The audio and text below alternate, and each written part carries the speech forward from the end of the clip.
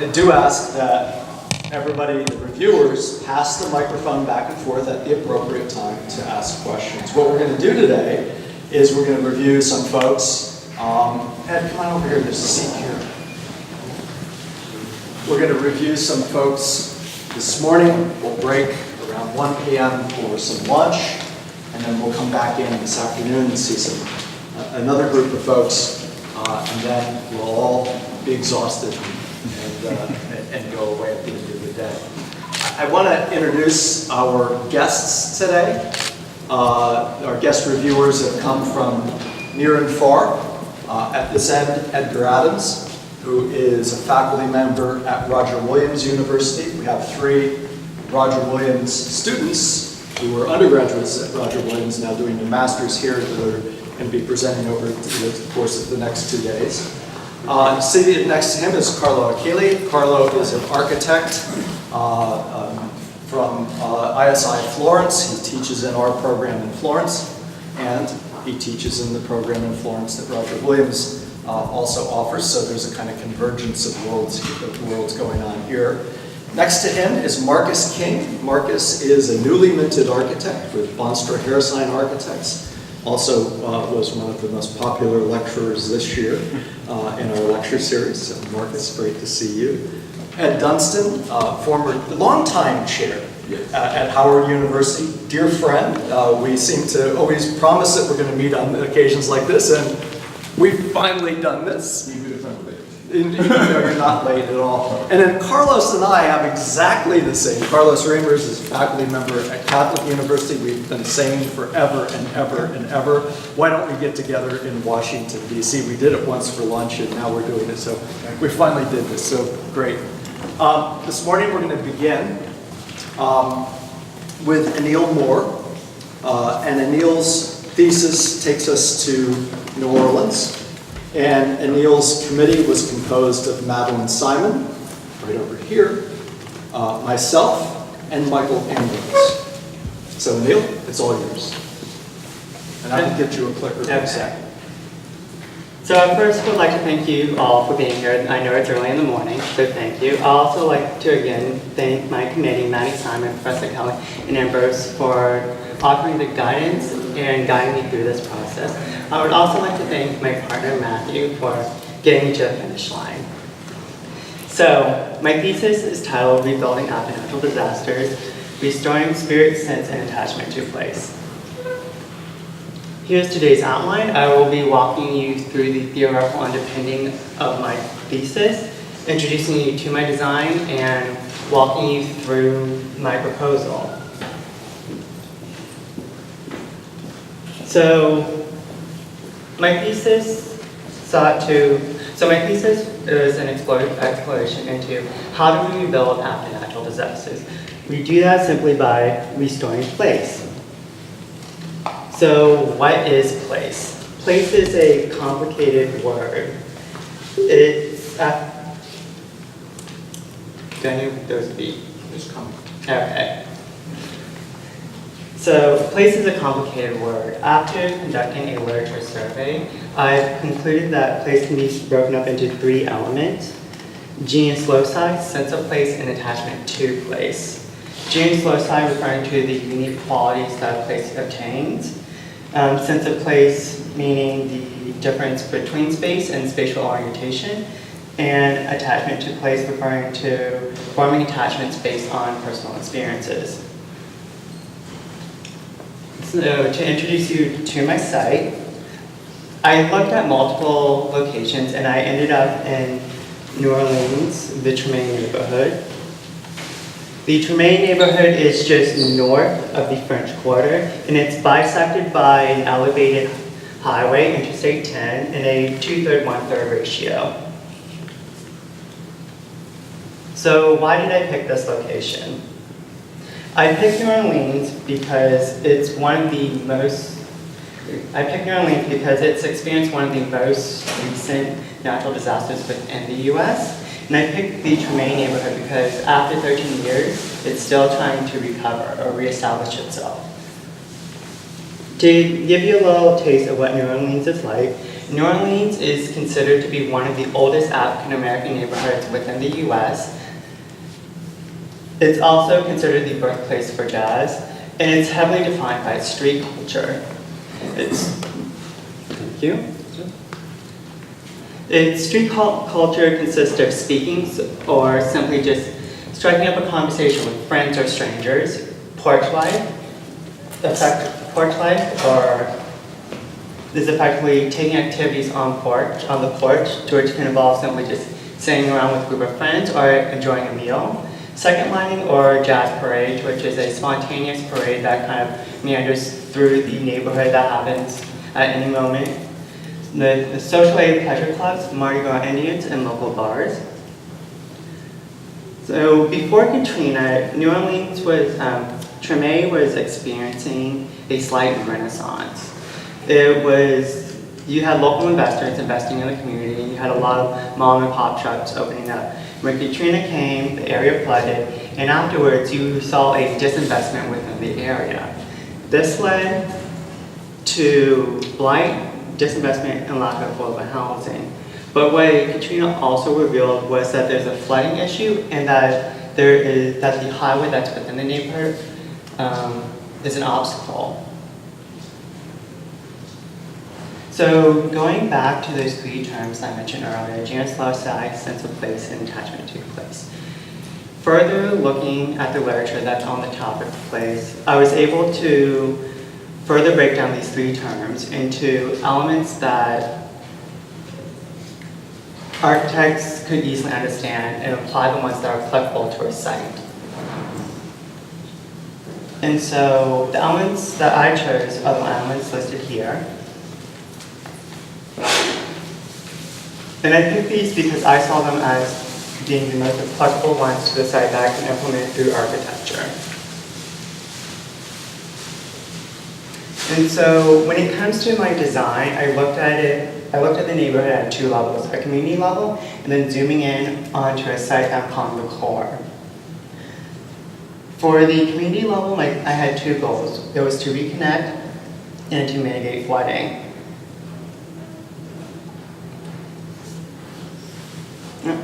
And so with the reconnect, what I would be proposing is the removal of certain ramps that are along I-10 that are in the neighborhood, and they are highlighted in the dark red. And by the removal of these ramps, you allow to be able to reconnect the urban fabric that have been disrupted by this urban intervention. And effectively, by removing the ramps, it allows this element that's effectively a wall or acts as a wall to become more porous. When it came to flood mitigation, I looked at multiple cities, and I ended up in Copenhagen, pulling influences from what they've done. And after looking at the city, I realized that utilizing green infrastructure is a highly effective way to mitigate flooding at an urban scale. And so when it came time to figure out the location of where to locate these green infrastructural elements, I looked at the assets that were within the community, assets including what attracted people to the area, commerce, schools, churches, and these social pleasure aid clubs. I also looked at the blight in the neighborhood, or vacant lots and vacant buildings. And so what this led me through this analysis is what you see right here. When it came to the green infrastructure, I took two steps approach. I had permanent and temporary green infrastructure. And I went this route because one of the things that the neighborhood is lacking is affordable housing. And I didn't want to take land away that could be developed for affordable housing. So that's where you get this temporary green infrastructure. So that's where you get this temporary green infrastructure. And so another thing that I wanted to do with this green infrastructure is to create a tertiary pathway for the community members to be able to use. And so that's what you're starting to see is this pathway system that's starting to connect the community to the green infrastructure. And so here's a perspective of what one of these moments could look like, and you can start to see how the theoretical elements start to tie into the design.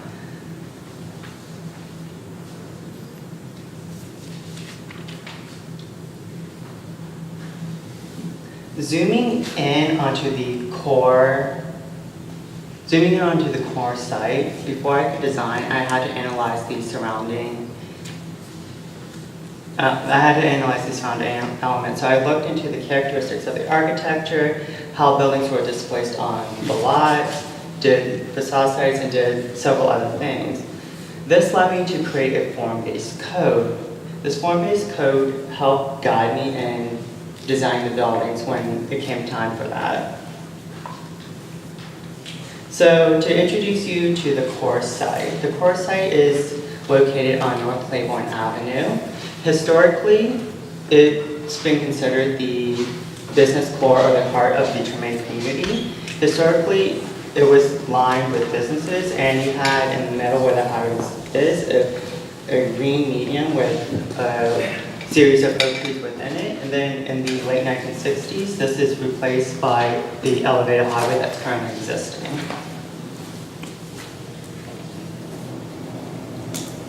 And so after Katrina today, this is current conditions of the site. The site is basically dotted with overgrown vegetation, vacant lots, and buildings. And so when it came to designing, I looked at the edge conditions first. And with the edge conditions, the edge condition was heavily influenced by the existing conditions, which is zoning and not wanting to displace residents that are currently occupying houses. And so this led me to use a method what I'm terming filling the gap. So what I effectively did was fill in the gap where you had vacant lots and vacant buildings, tearing down the buildings that weren't deemed historically significant, and then keeping the ones that are deemed historically significant. Which on the right side of the map, or the right side of this white line, it's deemed historically significant, or historical preservation is required, or zone historical, and on the left side it's not. And so here's a typical elevation of what these blocks could be, utilizing the form, taking into consideration that my site is a large site, and that chances are that it won't be developed at one time. It won't be developed by one developer or architect. This is where the form-based code really starts to come into play, where you can have multiple developers, multiple architects come in and design, but at the end of the day, when the site's fully developed, it will have a congruent feeling leading to the creation of a place.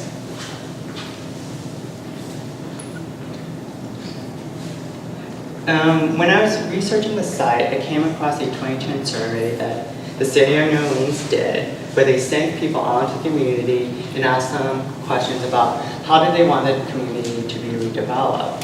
From that survey, I learned that if this core area was to be redeveloped as a commercial district, the residents wanted a buffer. And so my solution was to utilize an alleyway to act as that buffer. So with the alleyway, I looked into creating a space that can accommodate both servicing and pedestrian, and both in a safe way that stimulates activities to minimize downtime in this back area, to hopefully minimize crime. And I did this by utilizing a meandering pathway and differentiating in different materials to help slow down service trucks that might be going through the area. And I also use plant interventions within this alleyway to help draw people to it.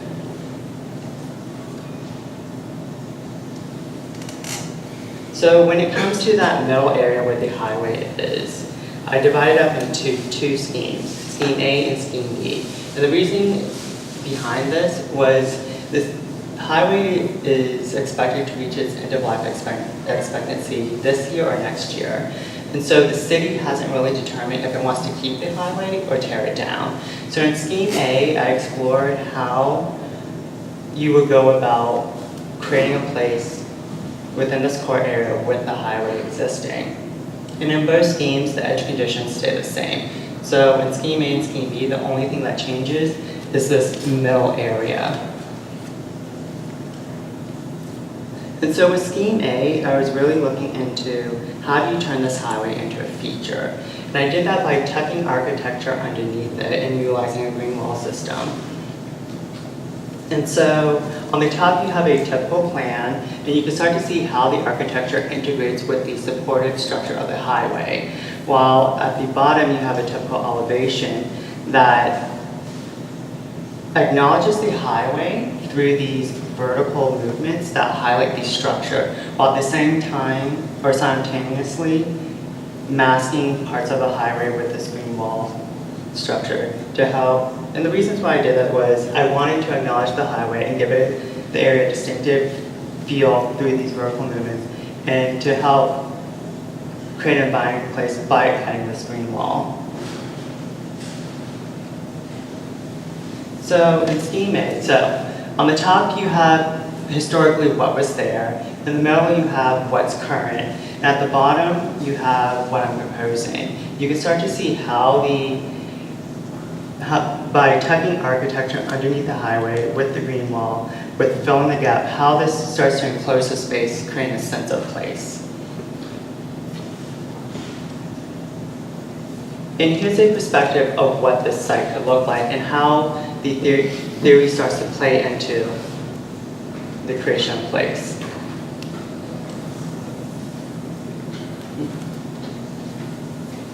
In scheme B, I explored what happens if the highway is removed. With the removal of the highway, I decided to create a series of floodable plazas that pulled from local influences, the wetland or the surrounding marshlands, musical traditions, and what historically was there. And so at the bottom you have a recreated wetlands. In the middle you have a space that's dedicated more to the performance of musicians. In the top you have a space dedicated to the community. And so again, to reiterate, historically what was there, what we have currently, and what I'm proposing. On the first one, you have a section through the reconstructed wetlands. And the idea was pulling from the fact that on this edge right here, you have the Lafayette Parkway. And currently right here, you have a playground, and on this side, you have sport field activities. And so pulling from the idea of play, I decided to create a reconstructed wetlands that offers moments for children to play effectively.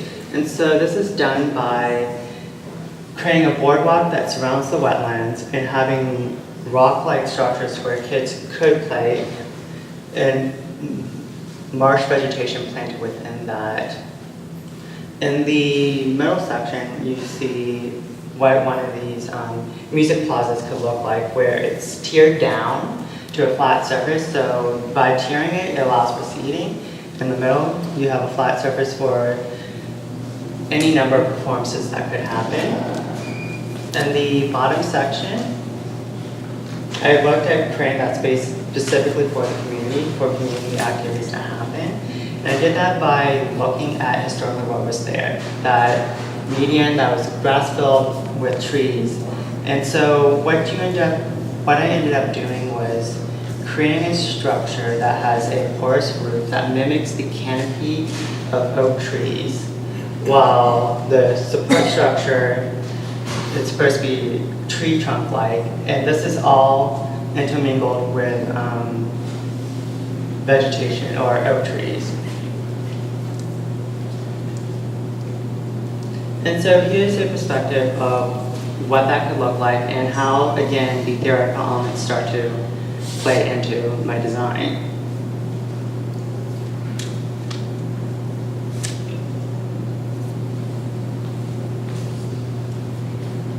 And so my thesis looked at how we should rebuild after disasters. As architects, we need to do this by restoring the genius loci, sense of place, and attachment to place.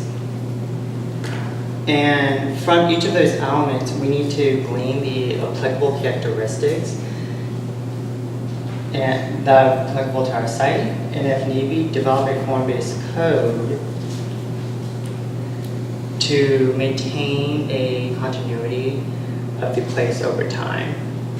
And so now I will open the floor for questions.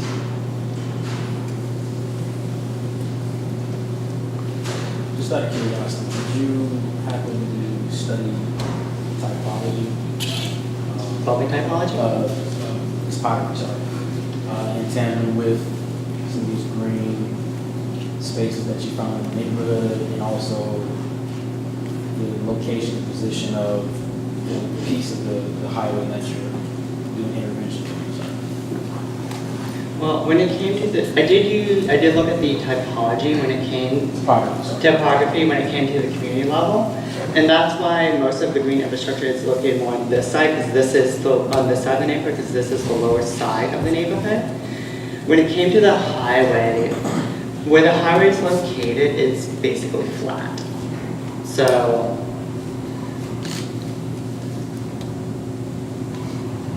yeah, the highway is basically flat. So I didn't really go further than that when it came to typology. The only reason I'm asking is because you stated it in the beginning of your presentation. This area has primarily probably not developed, redeveloped after Madrid because of location close to the river. So I think. Well, actually, Treme is on one of the higher points in New Orleans. It's once you start moving away from the river that you start going into the lower lying sections. But it's not the highest, right? I'm sure there's something. No. From your original image, it looked like it was pretty close to the water line. Yeah, the highest points in New Orleans is actually along the Mississippi River. Right. So the point I'm trying to make here is that I think there's a more comprehensive stormwater or water retention strategy here than just identifying green spaces. How are we directing based on the existing, topography that water so that it can be collected in the proper way. There's a project in Atlanta where all these houses were actually built on underground rivers.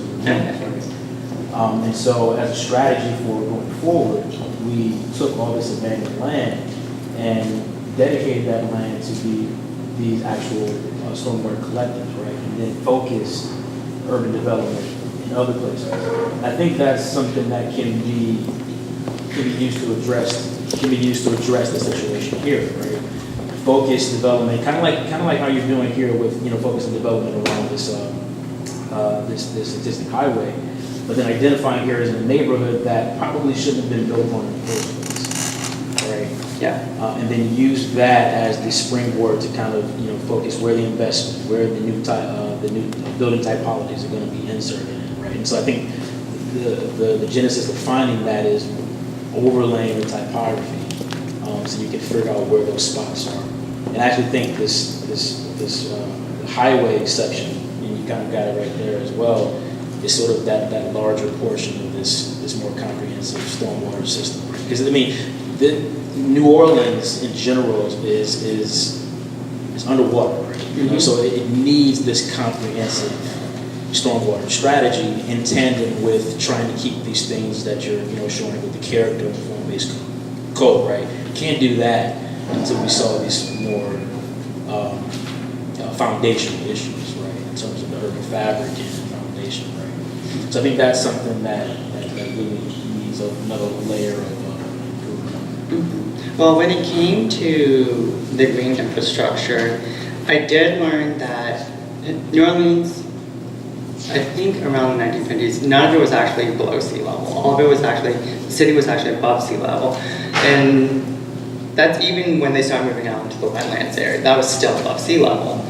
But what ended up happening was, because of the methods that they used of when water hits the ground, it's pumped out to the lake that's north of the city, it didn't allow the groundwater to recharge. And so what ended up happening was the dirt started to dry out, air started to get in the soil, and organic material started to break down. So that's why you're starting to get a compression or while the city's sinking. And so one of the ideas behind the green infrastructure was allowing these moments within the community for the groundwater to recharge. So then, while you can't reverse the effects of what's already happened, I can at least hopefully slow it down or at least mitigate the issue of the ground sinking further. Yeah, I completely agree. I'm just saying, I think there's another layer that can improve that. Not Okay. just letting the ground be ground, right? But, Yeah. All this development, hardscapes and other places, right? You get all that water's going to be away somewhere. So, Okay. I'm not saying you're wrong. I have a question. I commend you for taking three different issues together. It's very actually. The first one is how to respond from a planning point of view to natural disasters, and we can't say anymore these are recent. This happened a long time and has affected the life of the whole community which was there, and every effort that has been done has been challenged, not so much by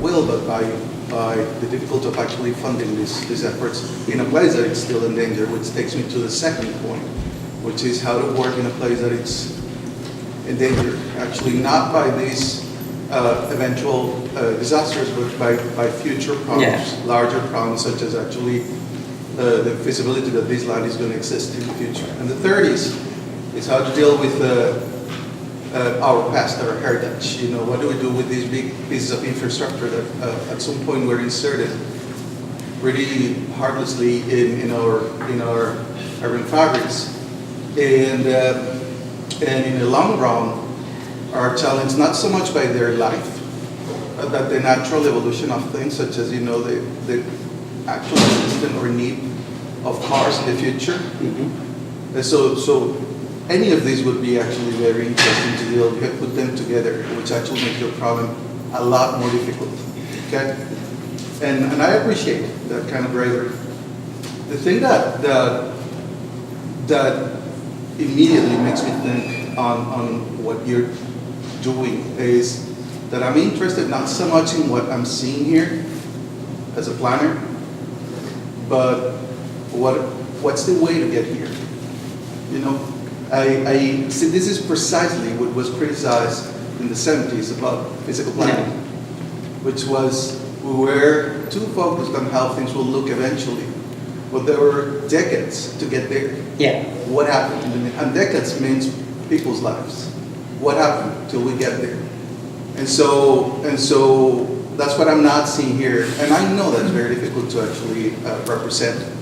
I'm aware of that. But I would be interested to hear from you, what are your ideas of how this is going to happen? And I, put it down very easily in terms of, for instance, the time in which that highway may be used the way you're presenting probably wouldn't have those cars up there. That's definitely not those models. Okay, probably not even cars, because we probably would have developed to actually go with this a better system of public transportation to move around this city. How an intervention like this could actually attract new private investment that will attract more people, and so you do have to come up with an idea of how you move people around. So the idea of cars may not be there, but something's going to have to be to move people from one place to another within the city. Things like that. I think that what you're proposing here is, in any of these points in time, very interesting, but what actually makes this job challenging is not what you have here, is how you get here. And so do you have anything to comment on that? I'm seeing if I understand your question. So your question is, how do you go from point B to point A effectively, right? That's correct. So when I was working on this, I did actually develop a process. And the process, to which I don't quite remember, but the process involved researching the community, interacting with the community, developing a design, going back to the community, get feedback, and going back and forth until a design is agreed upon. And then design gets developed, And taking into consideration that not everything is developed at the same time, creating a manual, that's where you get the form-based code to kind of guide future development. And also within the form-based code, creating a maintenance plan so that the community can be successful, that it can survive over time. And so that's the only way I can answer your But question. you're not presenting that to us today. No. That's right. That's your thesis.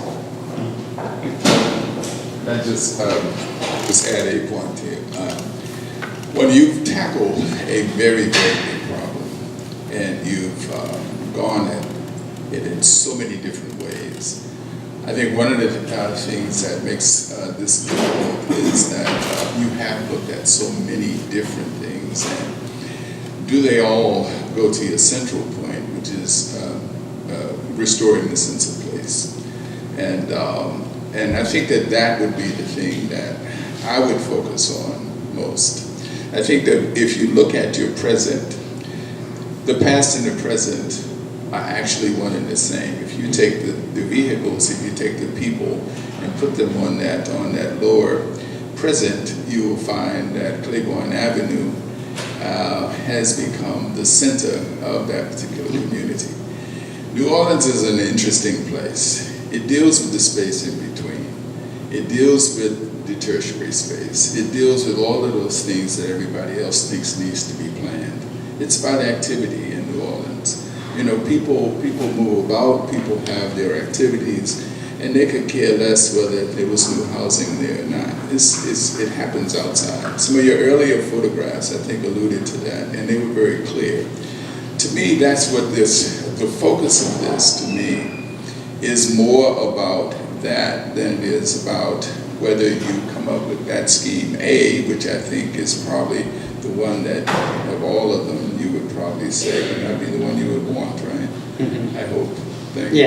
Right. But I just knew that I wanted to just get you to think about your original statement, which was about place, and what that means in a place like New Orleans. It's very, very different than most places here in the United States.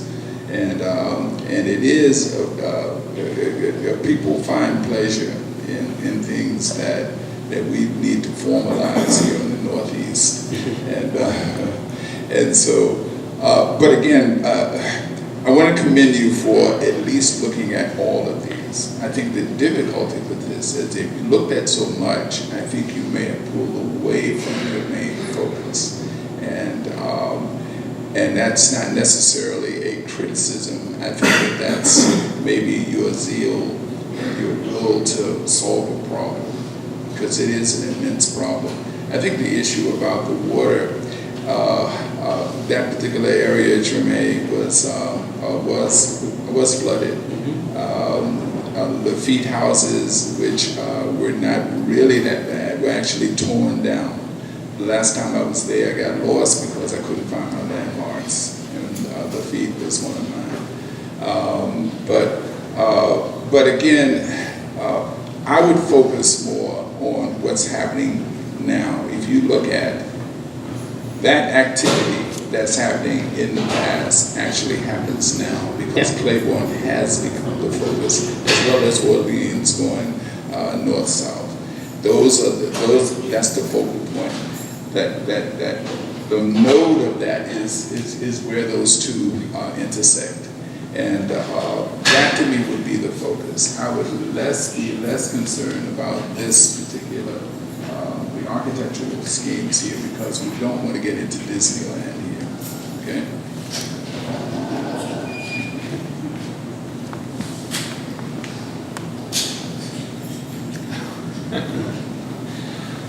Well, I love where you started with the analysis of place, and I wish I had time to really dig into all of those wonderful diagrams you started with. It certainly, it'd be hard to find a city with a richer sense of place.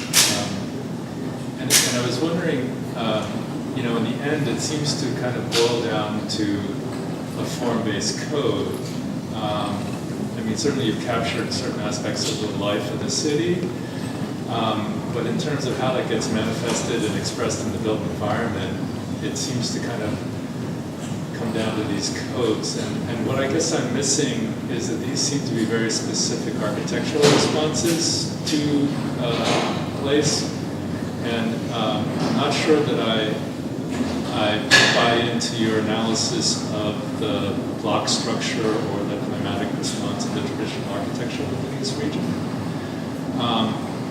You know, I know there may be row houses, a lot of other building typologies that certainly were developed in this region as a response to its unique climate. And I think,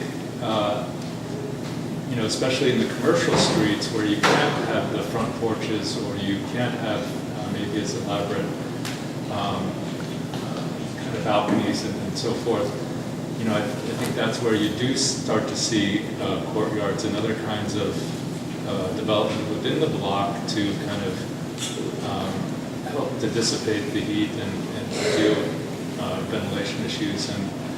And so it seems to me that your heart doesn't seem to really be with scheme A, honestly. I mean, I really am kind of intrigued by it on many levels, but then I don't think the response of plugging the holes in the infrastructure with houses quite in the way that you've done it would be would help the architecture or help our understanding of the infrastructure. And I think it would be disastrous from a climate standpoint. So you know, I think just the relationship between those two elements, again, the ventilation issue, the you know, kind of are two questions that I would have, along with the idea that, you know, what happens to the water in that scheme, because it doesn't mean the alleys, you didn't really talk about, you know, them as places to deal with the water, whereas in scheme B you really zeroed in on that and really had some elaborate responses in terms of programming these green spaces and very rich kind of sense of how the water would be dealt with. But I didn't get that in scheme A so much. And I guess the other thing, I mean, here you have, in scheme B, you have a kind of very three-part division of the program into three separate chunks. And what I was missing in your analysis a little bit was a sense of hierarchy in terms of, you know, are all of these cross streets the same, or, you know, are there certain nodal conditions or intersections that might start to kind of sponsor a kind of response to either programmatically or architecturally. The kind of corner conditions in these row houses are, you know, I don't know, I haven't studied, you know, corner conditions in New Orleans, but I know in Philadelphia, where I'm from, you know, they have a very particular kind of expression. So, but the visualizations really give you a rich sense of the place. So in that sense, you have made the connection. I'm just missing a few of the pieces or a few of the steps in between. Okay. Okay, so I really appreciate your analysis, your first point, how you arrive at this point. Very impressed the communication, the graphic, that we really, you know, understand the situation. As you must be, I've never been there, so this graphic, this representation helped me a lot to understand the site. At the same time, very clear, you know, the form-based code. I suggest maybe for this kind of job to stress a little bit more the typology itself. And I found very challenging you know, that you arrive at two different solutions, different scheme. Maybe for to consider the opportunity to have a highway again, I suggest to resolve this point at a larger urban scale, rather than focus on just the highway, the street. So maybe the general large scale that talk about infrastructure or opportunity to develop public transportation instead of private transportation, talking about cable cars or other things that probably can be their solution. No? So maybe you have 3 solutions. But also to have this kind of opportunity, I think is an important question for the future. So, okay, congratulations. What, out of curiosity, what did you have more fun doing in terms of the urban scale stuff, or this sort of form-based code type stuff? Where did you teeter between the two? It would definitely be the form-based code. Form-based code. Yeah. And I don't see that come through in your presentation. It's all this, great urban analysis, right? And so I think maybe all great stuff, but I think maybe there's an intersection between all this urban analysis that you have and how that affects and adjusts the form-based code. So for instance, you talked about all this water management stuff. How does that begin to interpret what this new form-based code becomes? And then you can start to use that architectural language, adjust the typologies, and then place that wherever it need be. I mean, obviously there needs to be, the more technical stuff, market analysis, all that stuff to kind of pick in and plop stuff where it needs to be, right? But the way you talked about it, I could tell your heart was in that, but then when I look at all this stuff, I don't really see that come through, right? So, I would recommend that you sort of figure out what you're really passionate about in terms of this problem, and then let the other.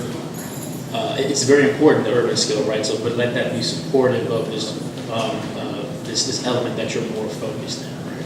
Marcus, how would you test that? How would you how would you advance that urban-based or the urban code, form-based code thing in a way that would make that more evident here? How would you advance this code? Yeah, the exploration of that. Well, I think he's starting to do it, quite nicely in terms of taking these sort of contextual typological overtones, right? But I think his urban analysis is telling him what he needs to do in terms of, how do we allow these, I like to call it wallpaper. How do we allow this wallpaper to persist in the future, right? This stuff is developed over time, as the reviewer said, right? These are regular people developing these homes and houses and this architectural language that have been there for, centuries, decades or whatever, right? And so you as the architect and the designer looking at this sort of bird's eye view are able to, find all these opportunities, for parks, for, softscapes and all that stuff.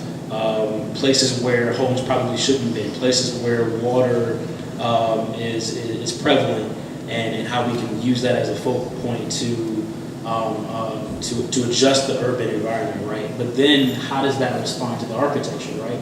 Maybe we don't build on grade level, right? Maybe there's some sort of adjusted heightened down to these typologies, right? It still looks the same, right? But we're adjusting to the contextual environment, right? From a sustainable standpoint, right? That will allow the place to persist, right? Yeah. It's not just mimicking what's already there, but it's allowing it to adjust, but keeping the essence of whatever that context is, right? I think that's in my opinion, that's where your thesis should go, right? So Marcus, what I was going to suggest is that one would need to zoom in on a piece of the So this is a district within the city. Oh, yeah, One would yeah. have to zoom in even closer within, let's say, a couple of blocks or a block area and test Test those that out, yeah, form-based exactly. codes in a scenario where you can kind of play it out and see what really happens. Exactly. What right now is the scale at which the form-based codes are displayed to us is actually the largest scale information that we get on that stuff, and we don't see it being implemented. And the implementation of that would be the proof of the pudding. Yeah, I think the other part to that is that it's focused on Scheme A, which Scheme A, when you really Yeah. think about it, Yeah. it's not where it should be focused. It's beyond that. Yeah. It's to look the blocks beyond that. I think that this one is the thing that kind of throws off all of your analysis, as far as I'm concerned. I think that the others, and I think we struggle, as a project like this, we have to make some architecture out of it. But sometimes the architecture is the ground, And just one more thing, I wouldn't even have, in my opinion, I wouldn't even have done that. I think you did it because the city, you said the city was, teetering between, do we keep it or do we get rid of it, right? I mean, this is your project, right? So take a stand. I think Scheme B is better. I think we all agree with that. Develop that. Take that, use that as your, this is the foot that I'm putting down on what I think should be here, and then I'm going to put all my energy into developing this scenario because I think it's better, right? And then allow people to come in and criticize or whatever, right? But take a stand. Very short, just an advice, because it reminds me, this project, what Renzo Piano did in the 1992 in Genoa, in Italy. He has the same issue to maintain or remove the highway, the bridge, something like that. He maintained it. Yeah. And you see that project, that could be very interesting because it was a project with a similar topics that you're talking about today, preservation, maintenance, infrastructure from the 70s, pedestrian preservation. So if you have a chance, you can see the project, it would be interesting. In general. Okay. Thank you, Anil, for your great presentation, and thanks to the critics. I think that the wide-ranging nature of the critique today goes to prove how important this investigation really is. I think that you came to this with a passion for the concept that great communities are supported by great places. And you've spent a tremendous amount of energy investigating what that means. And I think that you got into a tremendous number of the issues. And I think that the critics are reminding you that this is an enormous problem and certainly defies easy solutions. And I think it's been very interesting to hear suggestions that, the kind of real need of the thesis was here or there, but perhaps not where you actually developed it. But I would like to just focus on a few things that I think are real triumphs. I think that as you began, you said that you wanted to restore place. And I think with just a tiny bit of challenging, you really dug into the idea of what is place? What do the architectural theorists say about place? And I think that was your first really great contribution here, was a very rigorous literature review. And digging into that literature review to pull out the ideas that you would be working with for the rest of your thesis investigation. And I'd like to stress that these ideas are not just personal to you. You began with the idea that you were going to develop a process for an investigation like this. And I think that there were a number of challenges to actually going into a place in a very limited amount of time and doing the kind of community engagement that would be necessary. So you shifted your focus somewhat. I think you were quite courageous, in your desire to investigate such a place. You went met somewhere that was way beyond your comfort zone, somewhere that you didn't know at all. And I think in the process, you've come to know a place, and you've certainly taught me a lot about it, and I've really enjoyed that. And so I think, I think you've seen urban destruction in a number of forms here. Certainly urban destruction through natural disaster, urban destruction through what I would call man-made disaster, that pushing the highway system through disadvantaged areas of American cities. So in taking on a very specific place, New Orleans, you've actually taken on two problems that are very current, very important for cities all across the United States. And I think in showing us how intractable the problem is, you've certainly opened a tremendous number of questions. And I think that these are questions that architects and urban designers are dealing with all around the country. And you've given us some great food for thought. So, Anil, it's been a great pleasure working with you from early studios and your graduate experience all the way through the thesis. So, congratulations. Thank you.